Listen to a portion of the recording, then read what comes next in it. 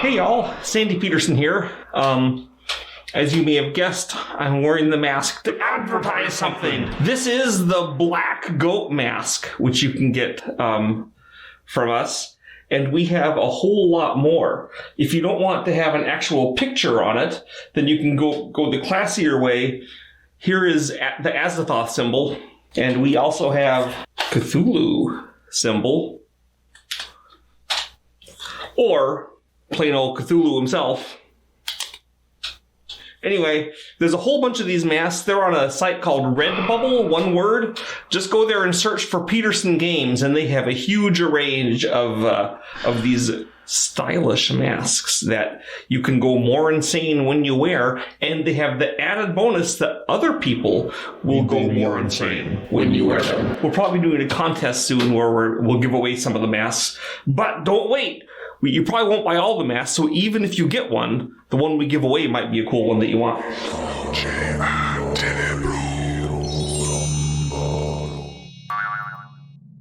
We're going to talk about one of the scary mythos concepts, and this is the god of outer space, Ithaca, ruler of the Arctic realms who walks between the worlds. The Wendigo. Now, this concept actually didn't originate with Lovecraft. Lovecraft did not create this thing, although it's associated with his mythos. In 1910, the horror writer Algernon Blackwood wrote the story The Wendigo.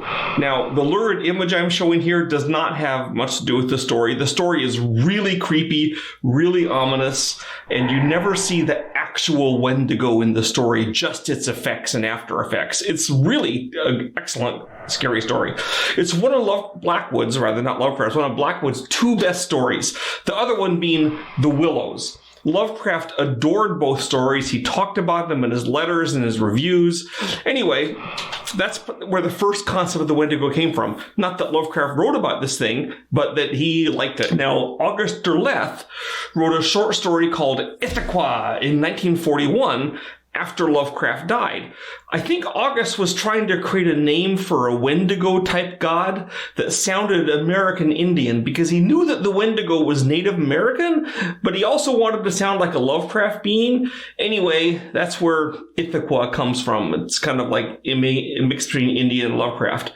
Now, of course, I later on put Ithaca into my game Call of Cthulhu, and later into Cthulhu Wars, I even made an awesome plastic figure. Here's a painted version of my plastic figure. And incidentally, the Wendigo figure we provide is really easy to paint. It paints up nice. I recommend that you simply color it with a dark indigo or something like that, and then you dry brush the bejesus out of it, and it will really pop and look excellent. I'm not a great painter, but even I can paint the Wendigo. Now, for a long time, the Wendigo in Lovecraft circles was thought of as a single giant monster. Ithaca of the legends is the Wendigo. Brian Lumley wrote at least 2 novels in which the heroes go to a different world and encounter Ithaca and his minions. He even invented a human daughter for Ithaca, an idea that I do not approve of. He also had a scene in which Ithaca kills someone by dropping it into his eye. I do approve of that, because it implies that Ithaca's eyes are portals to somewhere off and not just organs of vision. But in more recent years, the Wendigo has more and more been recognized as a standard monster from America and Canada. There's the pretty fun 1999 movie Ravenous, which has some actors you might not expect to see in a horror movie. There is the episode of the TV show Fear Itself, which features a Wendigo. I think it's the best episode of, Fear Itself.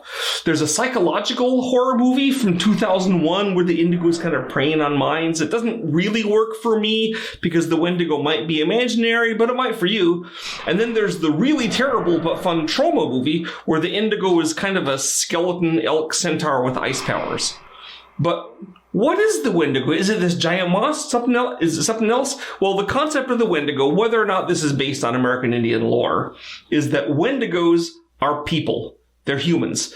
A Wendigo appears, or a human transforms into one, when someone who is lost in the cold Arctic wastes turns to cannibalism to preserve his life. This has the side effect of not only letting him survive, but he gives him a taste for flesh, usually supernatural speed and strength, and some degree of bodily transformation that keeps going more extreme over time. Apparently this can happen to anyone who engages in cannibalism or desperation, at least in the north. Now, for me, this makes Wendigos a pretty interesting monster, because it's kind of the opposite of the way a lot of monsters work. I mean, if you're bit by a vampire, you become a vampire. If you're bit by a zombie, you become a zombie. If you're bit by a werewolf, you become a werewolf. But a Wendigo biting you doesn't turn you into a Wendigo. In essence, you have to bite it or, another person. But also, another cool thing about Wendigos is that if you were to manage to kill all the vampires, we'd be done. There'd be no more vampires. Okay, if we killed all the werewolves, there'd be no more werewolves. Kill all the zombies, no more zombies. But even if you kill every Wendigo, if there's no Wendigos on the world right now, a new one can appear at any time, because the conditions for making one are simply someone is freezing and starving and eats someone else. Presto, a Wendigo. They can come out of nowhere. So if Wendigos are a natural effect, something that any human can become, what about Ithaca? Like, where does he fit in? Well, one idea is that Wendigos appear because of Ithaca's influence. In other words, his aura over parts of the world, his hunger, his icy nature, his transformative properties make him the source. This may also explain why cannibals in tropical countries, which is like the more famous places to be cannibals, don't turn into Wendigos, because Ithaca's influence wanes when it gets warmer. This is how Ben Monroe's book, In the Belly of the Beast, which we published, treats the Wendigo. There's a family of serial killer cannibals, and they're essentially possessed by Ithaca to turn into actual monsters, which they're good with this, The Wendigos are lethal, they're a big problem, and the human heroes in the story are struggling to survive. So, in a sense, they're a different way of transforming humans than the way that Cthulhu uses via deep ones, where they interbreed and the kids are half deep one, become a whole deep one. He's making you do something. So if this is Ithaca's effect, the Master Wendigo, his influence is transformative in more than one way. It freezes the world. Our continents turn into wastelands. Our people turn into cannibal monsters who ride on the wind. If Ithaca is so powerful, why hasn't he done anything up to now? Well, maybe he has. We know that there was an ice age during the Pleistocene when the mammoths lived, and there was also a mass extinction associated with it. Now, you can still find lots of references trying to claim that the Pleistocene mass extinction was by humans, but there's been some research done recently that implies that, in fact, the humans were too few, too rare, and we didn't cause this extinction of the megafauna. Hey, maybe Ithaca did. But there's also another impressive ice age in the Permian age, just before the dinosaurs. It makes sense that such a mighty extinction event as that might have been a great old influence. The Permian extinction, though, we know is also associated with flying polyps. Perhaps the polyps' ravages opened the way to Ithaca. Desperate individuals turned to cannibalism. I don't know if it works on animals or only, but then Ithaca came through and finished things. So, here we have it. Ithaca, the Master Wendigo, makes smaller Wendigos. He destroyed the world probably at least twice. Fun fact about Wendigos are that they don't have any feet.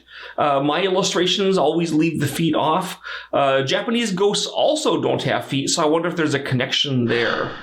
Even if Lovecraft didn't invent it, though, the Wendigo, both the great Wendigo of Ithaca and the lesser Wendigos of humans, are terrific horror entities, super fun to conjure with, and they're a great example of a monster that goes back to olden times that has nothing to do with Europe or Asia. It's pure American, Canadian. So there you are, the Wendigo.